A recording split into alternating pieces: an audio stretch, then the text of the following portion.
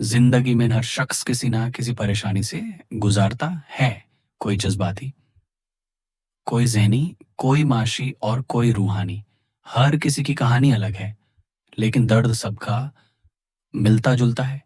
सवाल ये नहीं कि परेशानी है या नहीं, असल सवाल ये है कि इसका हल क्या है।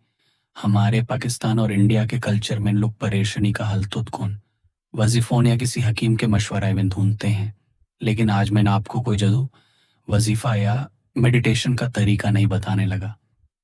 ना मैं कोई डॉक्टर हूँ, ना कोई बुजुर्ग, लेकिन एक फील्ड है जिसमें मैं 11 साल से रिसर्च कर रहा हूँ। और अगर अल्लाह ने मुझे उस फील्ड के जरिए कुछ समझने का मौका ना दिया होता, तो शायद आज मैं आपके सामने ना होता।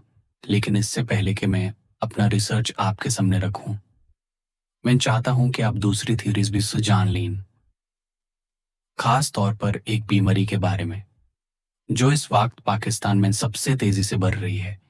डिप्रेशन। डिप्रेशन एक खामोश कातिल है। आपके अंदर से जीने की उम्मीद छीन लेता है। ना किसी काम में दिल लगता है, ना पढ़ाई में, ना रिश्ते संभलते हैं, ना ही जिंदगी का मजा रहता है।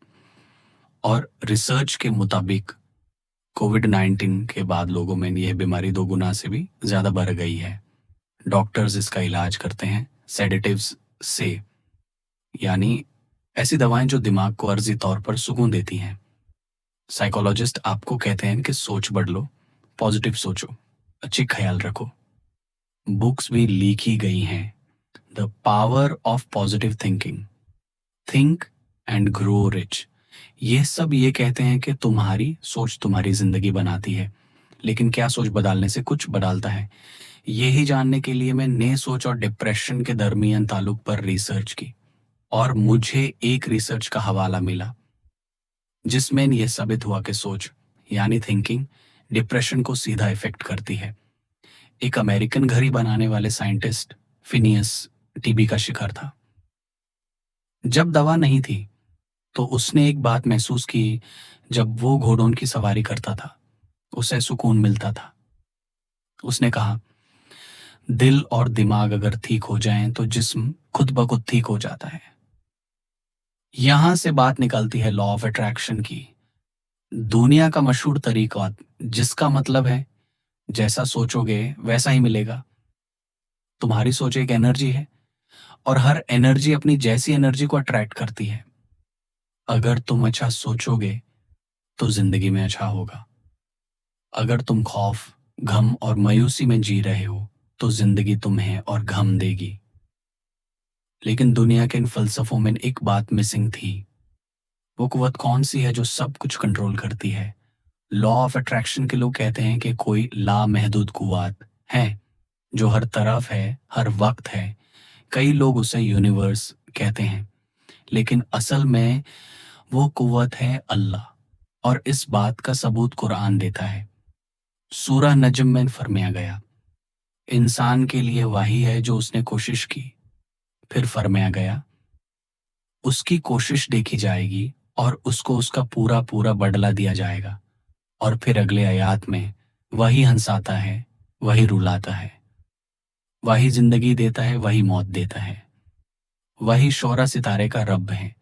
शोरा बगसा सीसार यानी सीरियस, एक रोशन तरीन सितारा है जिसे दुनिया के तमाम कदीम मजाहिब में पूजा गया। मिस्र, रोम, हिंदुइज्म, इवन बाइबल में इसका जिक्र है। लेकिन कुरान ये कहता है वही शोरा का भी रब है, यानी अल्लाह हर माबूद, हर कुव्वत, हर फालसफ का असल मालिक है। अगर अल्लाह ही सब कुछ करता है तो फिर क्यों ना सिर्फ उसी से उम्मीद रखें। अगर आप परेशानी में हो, बेचैनी में हो, अल्लाह पर यकीन करो। कुरान में यह नहीं कहा गया कि सिर्फ दुआ करो, बल्कि कहा गया उसकी कोशिश देखी जाएगी। यानी दो के साथ कोशिश भी जरूरी है और यकीन भी।